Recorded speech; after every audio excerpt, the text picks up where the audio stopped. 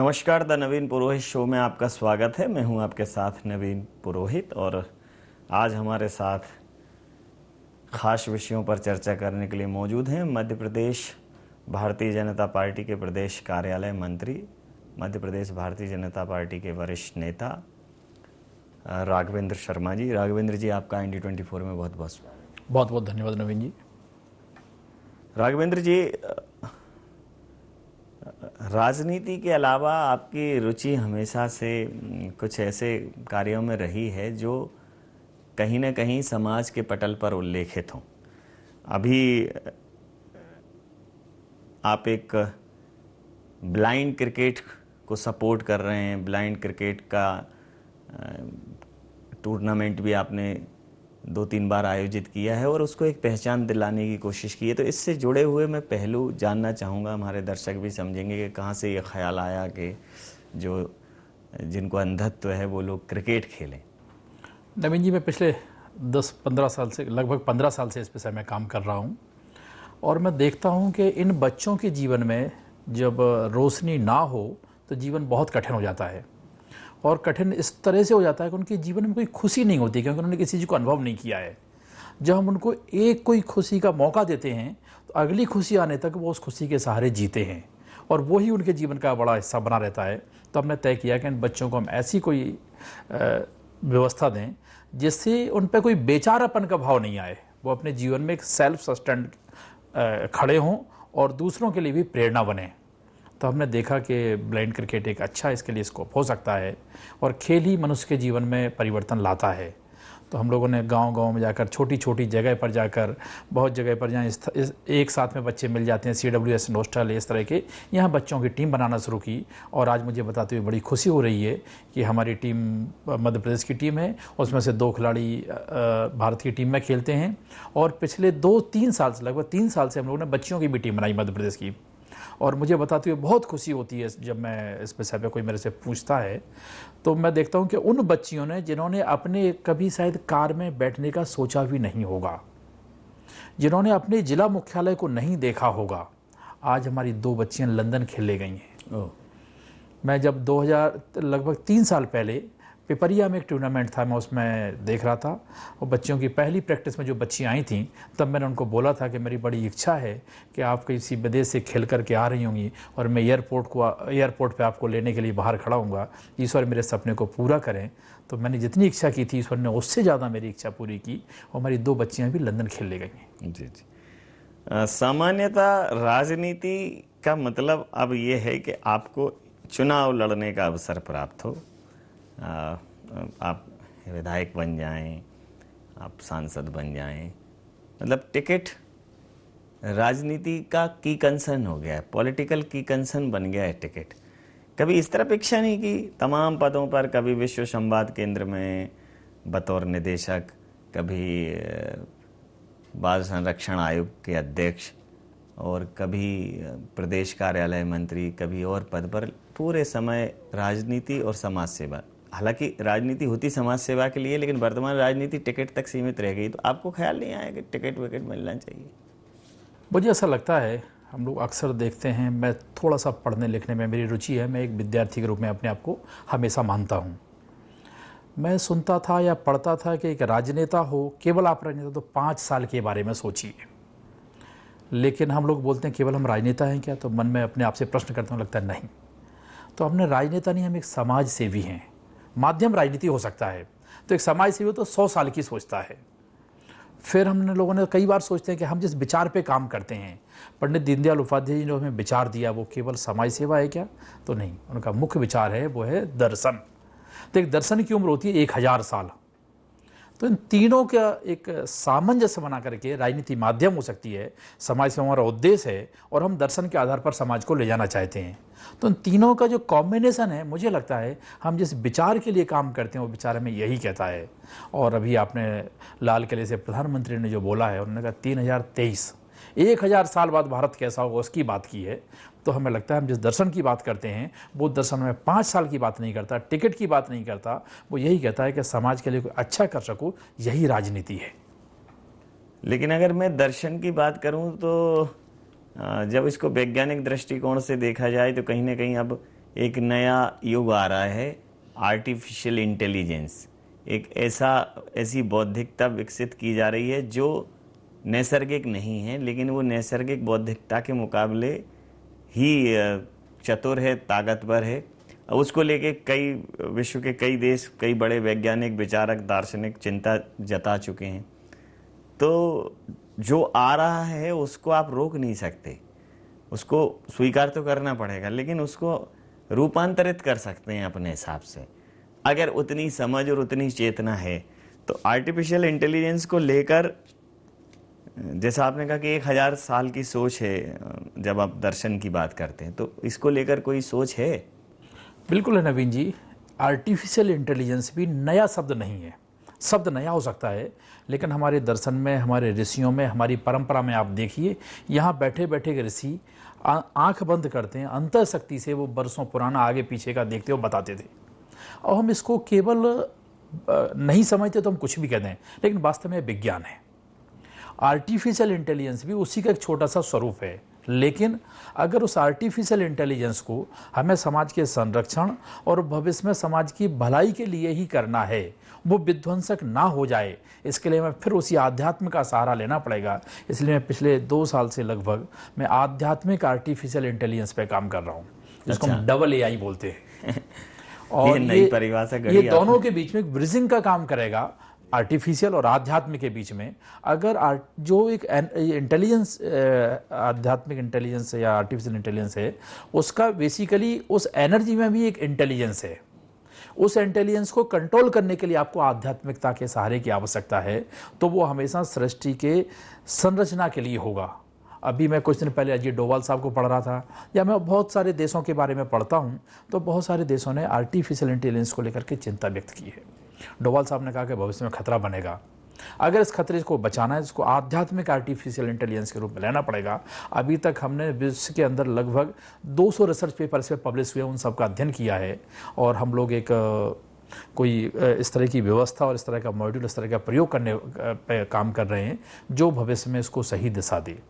हम जैसे एम्स से हम लोगों ने लंबे समय चर्चा हुई है, तो एम्स उसके मेडिकल पार्ट पे काम करता है। हम मैनेट से बातचीत कर रहे हैं, मैनेट से हमारी बहुत सारा कन्वर्सन चल रहा है, वो उसके टेक्निकल पार्ट पे काम चलेगा। तो मुझे लगता है दुनिया को एक रास्ता दिखाने के लिए और दुनिया को इस आर्टिफिशियल इंटेलिजेंस के विध्वंसक स्वरूप से बचने के लिए आध्यात्मिक आर्टिफिशियल इंटेलिजेंस पर जाना पड़ेगा, जो भारतीय दर्शन, वेद और परंपराओं में निहित है। जी, वैसे तो आप तमाम उल्लेखनीय कार्यों के लिए जाने जाते हैं, लेकिन एक और रिकॉर्ड बनाने की बात कर रहे हैं आपके। जो मन की बात, प्रधानमंत्री जी ने एक नया विचार शुरू किया लोगों से जुड़ने का, और उसमें ऐसे ऐसे लोगों से उन्होंने बात की जो कहीं गुमनामी के अंधेरे में थे, लेकिन कर कुछ बहुत रचनात्मक रहे थे। और जब उनसे बात की तो वो न सिर्फ राष्ट्रीय पटल पर आए, बल्कि वैश्विक पटल पर उन्हें पहचान मिली और उनका जीवन रूपांतरित हुआ। तो उनके 100 एपिसोड को लेकर आप एक रिकॉर्ड बनाने वाले हैं, तो उस क्या है वो पूरा? मैं जब मन की बात से जुड़ा हूँ, मैं हर बार मन की बात को सुनता हूँ, तो ऐसा लगता है कि भारत का चित्र है मन की बात, जन जन की आकांक्षा है मन की बात। तो मुझे लगा कि इसको और आगे बढ़ाने की आवश्यकता है। अभी हमने भोपाल में एक प्लान किया है, जिसमें हम 100 एपिसोड एक साथ में राउंड द क्लॉक 100 घंटे नॉट आउट चलाएंगे। प्रत्येक एपिसोड में 100 उसकी ऑडियंस होगी, एक स्पीकर होगा, हर घंटे पे ऑडियंस और स्पीकर बदलेंगे, ऐसा 100 घंटे तक चलेगा। जब हमने यह विचार गिनीज बुक से शेयर किया, तो गिनीज बुक ने अपने आप पाया कि ऐसा आज तक दुनिया में कभी नहीं हुआ, तो उन्होंने प्राइमा फेसिस को दर्ज किया है। आने वाली 23 तारीख से 27 तारीख तक हम उस पर काम कर रहे हैं, और मुझे उम्मीद है कि इतना बड़ा कार्यक्रम है। एट ए टाइम प्रधानमंत्री जब मन की बात बोलते हो, 23 करोड़ से अधिक लोग सुनते हैं। आप कल्पना कीजिए, दुनिया में ऐसा कोई संवाद नहीं हो सकता जिसमें 23 करोड़ एक साथ में सुनते हों। एक बार सुनने वालों की संख्या 100 करोड़ से भी अधिक है। तो इस कार्यक्रम को और पॉपुलर और नीचे तक पहुंचना चाहिए। और उसमें किन किन विषयों पर प्रधानमंत्री इतनी बारीकी से इंगित करते हैं, हमने तय किया हम 100 संकल्प लेंगे। हमारे जो नागरिक कर्तव्य होते हैं, हर एक एपिसोड में एक संकल्प होगा। इस तरह से उसकी बहुत ही ब्यूटी है, उसमें बहुत ही एक विशेषताओं से भरा होगा ये। और मुझे लगता है कि हिंदुस्तान का नहीं, दुनिया का अनूठा कार्यक्रम होगा, और भोपाल इसका साक्षी बनेगा। एक मन की बात का हम ऐतिहासिक कार्यक्रम करने जा रहे हैं। जी, जैसा आपने कहा कि इसमें 100 से ज़्यादा सेशन होंगे, ऑडियंस बदलेगी, हर सेशन का अपना एक कमिटमेंट होगा, एक संकल्प धारण करेंगे, तो इसमें इसका कोई डॉक्यूमेंटेशन भी होगा? बिल्कुल होगा, इस पर डॉक्यूमेंटेशन होगा। और अभी तक जितनी मन की बात के एपिसोड हुए हैं, 104 एपिसोड हो चुके हैं। हमने 100 एपिसोड एक बुक फॉर्म में उनको कंप्लीट कर लिए हैं। वो दोनों लैंग्वेज में, हिंदी में भी और इंग्लिश में भी हैं। हमारा मानना है ये भारत का एक बहुत बड़ा इतिहास का दस्तावेज है। हम ऐसे नायकों को निकालते हैं जो बगैर किसी सरकारी संसाधन के, बगैर किसी की जानकारी के अपने दम पर समाज परिवर्तन का बहुत बड़ा काम कर रहे हैं। बिल्कुल। वरना ऐसे हम 10-25 साल पहले देखते थे कि पद्मश्री और पद्म भूषण उन लोगों को मिलते थे जो पहले से ही क्या तो किसी बड़े ख्यातिनाम व्यक्ति हैं, किसी के परिवार के हैं, लेकिन सामान्य व्यक्ति कभी सोच सकता था वो नहीं होता था। आज हमें कई बार पता चलता है कि हमारे पड़ोस में रहने वाला व्यक्ति इतना बड़ा काम कर रहा है जी। तो ऐसी प्रतिभाओं को निकाला है। इसका सबसे बड़ा उदाहरण भोपाल की वो महान कलाकार भूरीबाई भी आपके सामने हैं। ऐसे एक नहीं हजारों कलाकारों को बाहर निकाला है और मन की बात में सारे लोगों का उल्लेख होता है और प्रधानमंत्री स्वयं करते हैं। इससे एक बहुत बड़ा लोगों को समाज में कुछ करने की प्रेरणा मिल रही है। बिल्कुल ठीक बात। अगर मैं आपकी इस रचनात्मक सोच का उल्लेख आपके वर्तमान कार्यकाल से जोड़ूं या रचनात्मक सोच को वर्तमान कार्यकाल से जोड़ूं, तो जैसे जब से आपने प्रदेश कार्यालय का पदभार संभाला है प्रदेश कार्यालय मंत्री के तौर पे, तो चाहे लाइब्रेरी का उन्नयन हो और चाहे पेपरलेस वर्क हो जो पिछली बार एक बार चर्चा में सामने आया था, तो उसी कंटिन्यूटी में कुछ और आगे बढ़ी हैं चीज़ें? हम लोग कुछ ना कुछ प्रयोग हमेशा करते रहते हैं। मेरा मानना यह है कि प्रयोग ही जीवन है और अगर आपको वास्तव में सामाजिक रूप से, आध्यात्मिक रूप से आगे बढ़ना है तो प्रयोग करते रहना चाहिए। अभी हमने नवीन जी एक बहुत अच्छा प्रयोग किया है और ऑफिस और कार्यालय अपने आप में करेंगे तो एक बड़ा अच्छा उदाहरण होगा। जैसे हमने सबसे हमारे यहाँ चूँकि राजनीतिक कार्यालय है, फूल मालाएँ बहुत आती हैं, अगर हम नहीं करें तो एक समस्या होती है फेंकने जाओ। तो हमने तय किया कि वो और अन्य सब्जियां से, चाय पत्ती, इन सब से जो हमारा वेस्टेज निकलता है उससे हम खाद बनाते हैं और हमारे कार्यालय का लगभग जो इतना बड़ा परिसर है वो उसी खाद से हरियाली दे रहा है। और भी हम लोग अड़ोस पड़ोस में कभी मंदिर पे हम किसी को भेज देते हैं, कोई मंदिर है वहाँ से फूल ले आइए और उनसे हम बनाते हैं। तो हमने कुशाभाऊ ठाकरे जो हमारे पार्टी के पितृपुरुष हैं और एक बहुत इनका जीवन समाज के लिए बड़ा प्रेरणादायी है, तो कुशाभाऊ ठाकरे जीवामृत केंद्र के रूप में हमने उसको डेवलप किया है और वो एक बहुत अच्छा प्रयोग है। कभी आप देखिए और आपके माध्यम से और दर्शकों तक भी ये विचार पहुँचेगा। अच्छा, नई बिल्डिंग भी बना रहे हैं तो क्या होता है कि कंक्रीट के जंगल खड़े हो रहे हैं, तो हम 4 से 10 पौधे लगा के और फिर यहाँ तो पर्यावरण हितैषी हो जाते हैं, लेकिन जब कंक्रीट के जंगल खड़े करते हैं तो सोचते नहीं हैं, 2-4 पाम के पौधे लगा देते हैं, पेड़ लगा देते हैं, वृक्ष लगा देते हैं। तो अभी ये जो बीजेपी कार्यालय बना रहे हैं मतलब शुरू हो गया है, तो आपको लगता है कि प्रकृति और पर्यावरण और अध्यात्म की बात करने वाली भारतीय जनता पार्टी कि उस बिल्डिंग में भी ये सब परिलक्षित होगा? बिल्कुल होगा। और मैं अगर उसके कुछ उदाहरण आपको बताऊं तो हम जो एक ग्रीन बिल्डिंग कॉन्सेप्ट है जी जी, जिसमें आप जिसको हमारी भाषा में नींव खोदने से बोलते हैं, वहाँ से वो शुरू होता है जी। और कंगूरा बनने तक होता है। तो इन पूरे उसमें ग्रीन बिल्डिंग कॉन्सेप्ट पे हम लोग काम कर रहे हैं। एक आज के समय में सबसे बड़ी समस्या है, दुनिया में चर्चा और चिंता हो रही है, जो हमारा कार्बन उत्सर्जन है। एसी से बहुत कार्बन उत्सर्जन होता है, तो अभी उसकी नई टेक्नोलॉजी आई, इसमें वाटर चिलर के माध्यम से हम लोग को करते हैं। तो हमारा पूरा कॉन्सेप्ट ग्रीन बिल्डिंग कॉन्सेप्ट है। उसका हवा का किस तरह का वो रहेगा कि कम से कम हमें एसीएन का उपयोग करना पड़ेगा। लाइट पूरी बिल्डिंग में कैसे रहेगी, जैसे हम कम से कम लाइट जलाएं। हम सोलर पे उसको अपनी बिल्डिंग को जितना संभव हो उतना ले जाने का प्रयास कर रहे हैं। तो जो एक आवश्यक चीज़ें होती हैं आज के समय में, वो हमारी बिल्डिंग में पूरा दिखेगा। दूसरा, आपको उसमें मध्य प्रदेश की झलक दिखेगी। हम लोग प्रयास करेंगे जो मध्य प्रदेश के उत्पाद हैं, अगर कोई पत्थर है तो हमारा बड़ा प्रयास रहेगा मध्य प्रदेश का उपयोग करें। जो उसकी डिजाइन और वो होगी वो भी हम मध्य प्रदेश के लिए ही प्लान करेंगे।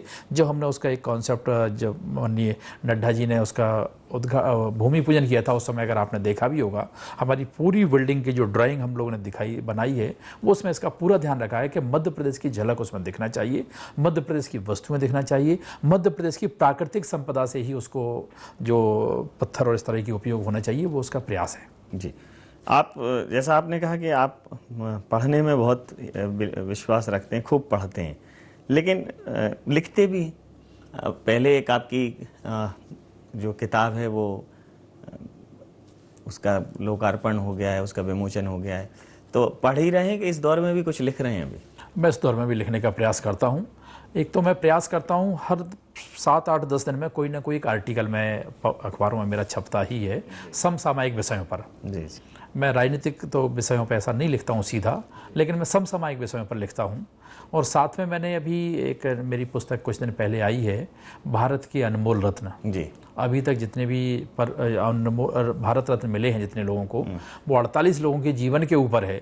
तो उनके जीवन की से आने वाली पीढ़ी कैसे प्रेरणा ले, इसको मैंने बहुत ध्यान दिया। और मेरा जो लिखने का पूरा फोकस होता है वो टीनेजर्स या बच्चों के लिए होता है। मेरा मानना है कि भविष्य में अगर कुछ बड़ा करने की किसी के अंदर क्षमता है, जीवन में मोड़ और परिवर्तन आ सकते हैं, तो इसी एज में आ सकते हैं। तो मैं उन्हीं को फोकस करते हुए लिखता हूँ। जी। तो ये तो तमाम सारी बात हुई। अब चूंकि जहाँ आप बैठे हैं, राजनीति को अब लोग काजल की कोठरी बोलते हैं। काजल की कोठरी में कैसे सयान हो जाए, लीक भर काजल तो हाथ पैर लागे। अभी एक भारतीय जनता पार्टी ने सूची जारी की 39 विधानसभाओं की, तो उनको आप आकांक्षी सीट मानते हैं, और कांग्रेस कह रही है वो आकांक्षी नहीं, वो भयाकांक्षी है, वो डर है भारतीय जनता पार्टी का। तो आप इसे क्या मानते हैं, डर है कि तैयारी है? कांग्रेस जो कह रही है वो कांग्रेस के लिए वही है। जैसे अभी बड़ा अच्छा वाक्य लोकसभा में चर्चा हो रही थी, जी। तो लोगों ने बोला कि मोदी जी डर गए। तो उन्होंने कहा कि मोदी जी जो 40 मोदी जी के नाम पर जो 40, 30, 35, 40 लोग इकट्ठे हुए हैं, तो डरा कौन है? तो वास्तव में कांग्रेस के पास ना कोई संगठन है, ना कोई विचार है, और ना कोई व्यवस्था है। कांग्रेस एक कुछ भी चल रहा है वैसा है, इसलिए कांग्रेस को कुछ भी बोलने का अधिकार है, क्योंकि उसकी कोई प्लानिंग ही नहीं है। लेकिन भारतीय जनता पार्टी अपनी बहुत अच्छी प्लानिंग के साथ, हमारे यहाँ सामूहिक निर्णय की प्रक्रिया के साथ में विचार होता है, और ये हम लोगों ने तय किया कि हम इन विधानसभाओं को पहले जो हमारे प्रत्याशी होंगे उनको पर्याप्त समय मिलेगा, और उस आधार पर तय किया है। कांग्रेस को तो कुछ समझ में ही नहीं आ रहा है, इसलिए कुछ समझ में आने के कारण कुछ भी बोले जा रही हैं। कांग्रेस की कोई समझ नहीं है, कोई नीति नहीं है, कोई योजना नहीं है, लेकिन एक दुर्भाग्य के कांग्रेस है। जी। वैसे तो अब आप लोगों ने खूब नारा बुलंद किया है, डबल इंजन की सरकार, डबल इंजन की सरकार, लेकिन इस बार डबल इंजन का संगठन भी दिख रहा है। केंद्र से भी पर्याप्त संख्या में लोग यहाँ उपलब्ध हैं आपके सहयोग के लिए। तो कई बार आप 200 पार का नारा दे चुके हैं, लेकिन इस बार स्थिति कांग्रेस कह रही है बिल्कुल कांटे की टक्कर है। कांग्रेस तो ये आश्वस्त है कि वो सरकार बनाएगी, और आप इस बार भी 200 पार की बात कर रहे हैं।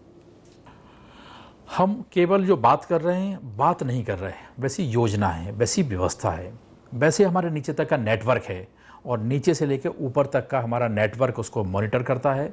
इस आधार पर कह रहे हैं, क्योंकि हमारा मानना ये है कि जब हमारा कार्यकर्ता 365 दिन काम करने वाला कार्यकर्ता होता है, बूथ की रचना होती है। कांग्रेस में तो कोई आज अगर पूछा जाए कांग्रेस में कितने महामंत्री हैं, तो मुझे लगता है कांग्रेस भी नहीं बता सकती कितने महामंत्री हैं। कभी आप किसी कांग्रेस के नेता से, प्रवक्ता से पूछ भी लेना कि आपके महामंत्रियों के नाम बता दो, अगर वो पूरे महामंत्रियों के मध्य प्रदेश के नाम बता दें, तो आप उनको जो खिताब देना चाहें मैं स्वीकार करने के लिए तैयार हूँ। मेरी जानकारी के अनुसार 200-250 महामंत्री हैं, तो आप कल्पना कीजिए वो क्या है। तो कुछ भी बोलने का अधिकार है कांग्रेस को, क्योंकि उसका कोई योजना नहीं है, कोई प्लान नहीं है, तो कुछ बोल सकती है वो। तो आपने कहा कि आर्टिफिशियल इंटेलिजेंस में भी अध्यात्म हो। अध्यात्म मतलब जीवन के हर क्षेत्र में जरूरी है, तो आजकल राजनीति भी अध्यात्म से खासी जुड़ी हुई है। कमलनाथ जी देखिए रामकथा करा रहे हैं छिंदवाड़ा में, और उन्होंने कहा इतनी संख्या में यहाँ हिंदू रहते हैं, 82% हिंदू हैं, तो हिंदू राष्ट्रीय है। फिर दिग्विजय सिंह ने तत्काल कहा कि जो भी हिंदू राष्ट्र की पैरोकारी करे उसको संवैधानिक पद पर नहीं होना चाहिए। फिर दिग्विजय सिंह ने और कहा कि जो है वो अगर सरकार में आते हैं तो बजरंग दल पर बैन नहीं लगाएंगे। अब सब दिग्विजय सिंह को कोई सीरियस नहीं लेता, सुबह क्या बोलेंगे, शाम को क्या बोलेंगे। दिग्विजय सिंह जो खुद पता नहीं होता, और ये सब के सब मैं कहूँ अगर हिंदुत्व की और विचार की तरफ जा रहे हैं तो उनका स्वागत है, लेकिन ये विचार केवल चुनावी ना हो। इनका केवल चुनावी विचार है। हम देखते हैं राहुल गांधी सुबह क्रॉस लगा लेते हैं, शाम को टोपी लगा लेते हैं, दोपहर में मंदिर चले जाते हैं। तो ये स्वांग नहीं करना चाहिए। ये बेसिकली लोगों के लिए नहीं, ये जीवन का एक अंतरात्मा का विषय है।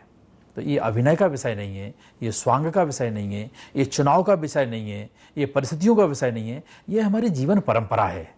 तो परंपराओं से खिलवाड़ नहीं करना चाहिए। मैं ज़रूर, चूँकि बड़े नाम ले रहे हैं, बड़े नेताओं के नाम, लेकिन मैं उनसे एक छोटा सा व्यक्ति होने के नाते भी मैं यही कहूँगा कि हमारे जीवन मूल्यों से खिलवाड़ नहीं करना चाहिए, राजनीति के लिए उपयोग नहीं करना चाहिए, और इतना दोहरा चित्र ना बना लें कि लोग हमारी व्यवस्थाओं से भी विश्वास उठने लगे। तो ये सबको लिए मेरा यही कहना है कि वो अगर धर्म की बात करते हैं तो वह धारण करने का विषय है, अंतर आत्मा का विषय है, उसको राजनीतिक और चुनाव का विषय बनाने का प्रयास ना करें। जी, अब चूँकि कहना चाहिए कि कार्यालय जो है जहाँ से कार्य संचालित होता है, और चुनावी समय में वो कार्यालय तो एकदम वॉर जोन की तरह होने वाला है। ये पूरी तरह से वहीं से गतिविधियाँ संचालित होंगी। तो क्या कुछ तैयारियाँ हैं आपकी? हम लोग कहें तो 365 दिन हम लोगों की तैयारी रहती है। और आप देखते होंगे भारतीय जनता पार्टी एक ऐसी पार्टी है, पश्चिम बंगाल के चुनाव के रिजल्ट आए, अगले दिन राष्ट्रीय अध्यक्ष का कार्यक्रम कहाँ तय है वो तय हो गया था। वरना कुछ पार्टियां तो महीनों तक यही नहीं सोच पाती कि अब करें क्या।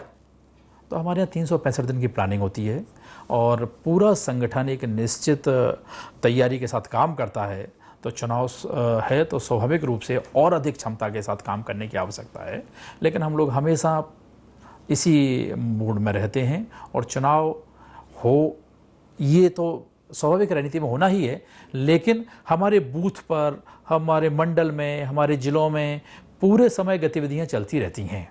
तो हमारे लिए इससे कोई बहुत बड़ा विषय नहीं है, क्योंकि जो हम काम कर रहे हैं उसको और अधिक शिद्दत से करने की आवश्यकता है। काम तो हम 24 घंटे करते ही हैं। जी, मोदी जी जो है जब बात कर रहे हैं तो 2047 की बात कर रहे हैं। मतलब आज़ादी का अमृत काल चल रहा है, 75वें वर्ष से हम 77वें वर्ष में आ गए। 2 साल से ये अमृत काल नाम से भारतीय जनता पार्टी ने पूरे देश में एक अभियान छेड़ा। मोदी जी अभियान छेड़ने के लिए जाने जाते हैं। उन्होंने कई, चाहे स्वच्छता का अभियान हो, सब्सिडी छोड़ने का अभियान हो, उन्होंने बहुत ऐसे काम किए हैं। तो अब 2047 की बात करके वो देश को, मतलब विश्व की सर्वोत्कृष्ट 3 अर्थव्यवस्थाओं में और शिखर के राष्ट्रों में शुमार होने की बात करते हैं। और कांग्रेस कहती है ये कोरी कपोल कल्पना है, सिर्फ माइक के सामने मुंह में जो आया वो कह दिया। क्या कहें? आप देखिए, एक बार माननीय प्रधानमंत्री जी ने बोला था कि जैसी जाकी भावना तैसा ताका सोच। तो कांग्रेस की भावना यही है। कांग्रेस ने देश को एक देश की तरह नहीं माना, कांग्रेस ने राजनीतिक अवसर के रूप में उसको लिया है। लेकिन प्रधानमंत्री मोदी जी 1947 की बात से लेकर के आज तक देखें तो 100 साल का विज़न की बात करते हैं। या जैसे अभी आपने इस बार का उनका लाल किले से उन्होंने जो बोला है, 1000 साल की भी बात उन्होंने की है कि 1000 साल अभी भारत कैसा होगा। तो मुझे लगता है प्रधानमंत्री जी एक बड़े युगद्रष्टा व्यक्ति हैं और उन्होंने भविष्य में हमारे देश को कहाँ ले जाना चाहते हैं उसकी नींव को वो मजबूत कर रहे हैं। पिछले 70-60 साल में जो देश में की संवैधानिक व्यवस्थाओं को या जो सांस्कृतिक व्यवस्थाओं को ध्वस्त करने का काम कांग्रेस ने किया है, उन सबको पुनरुत्थान करते हुए भविष्य के भारत का एक चित्र सामने रखा है। और मुझे आशा ही नहीं, उम्मीद है कि हम जो कहते थे कि सोने की चिड़िया भारत है, विश्वगुरु भारत है, वसुधैव कुटुंबकम की बात हम जो कहते थे, अब वो सारी बातें परिलक्षित हो रही हैं और भविष्य में भारत उसी भूमिका में दिखने वाला है। जिनको नहीं देखना है उनको नहीं दिखेगा, लेकिन जो विवेकानंद कहते थे कि भारत माता, मुझे दिख रहा है कि भारत माता अंगड़ाई ले रही है, भारत माता खड़ी हो रही है और भारत माता सारी दुनिया का नेतृत्व कर रही है। मैं मानता हूँ अब यह भारत माता विश्व माता की यात्रा पर चल पड़ी है और आने वाला समय भारत माता विश्व माता के रूप में स्थापित होगी और भारत ही दुनिया को एक आत्मबोध के साथ में आगे बढ़ने का ज्ञान देगा और एक रास्ता देगा और एक विचार देगा और एक व्यवस्था देगा। मेरा ऐसा पूर्ण विश्वास है। अंतिम प्रश्न, बड़ा छोटा सा, तमाम बृहद और महत्वपूर्ण विषयों पर चर्चा करने के बाद हालांकि इस प्रश्न की कोई उपयोगिता नहीं रह जाती, लेकिन स्वार्थ लोलुप प्रश्न है कि 5वीं बार पंच मारेंगे? कोई डाउट नहीं है। और मैं तो कहता हूं कि जब 2047 में जब देश आज़ादी की 100वीं वर्षगांठ मना रहा होगा, उस समय भारतीय जनता पार्टी का प्रधानमंत्री प्राचीर, लाल किले की प्राचीर से देश का संबोधन कर रहे होंगे। और मध्य प्रदेश तो हम सौभाग्य कि हम सब में एक मॉडल राज्य हमारा, और हम वही मध्य प्रदेश के बारे में कहें कि 2047 में भी हमारी सरकार होगी, इस बीच में तो कोई प्रश्न खड़ा ही नहीं होता है। दोस्त, तमाम सारे पहलुओं पर सर आपने इस विशेष परिचर्चा में अपने चिरपरिचित अंदाज में अध्यात्म, समाज और राजनीति के तमाम नए परिवेशों को अपनी तरह से परिभाषित किया। आपका बहुत धन्यवाद, बहुत आभार। बहुत बहुत धन्यवाद।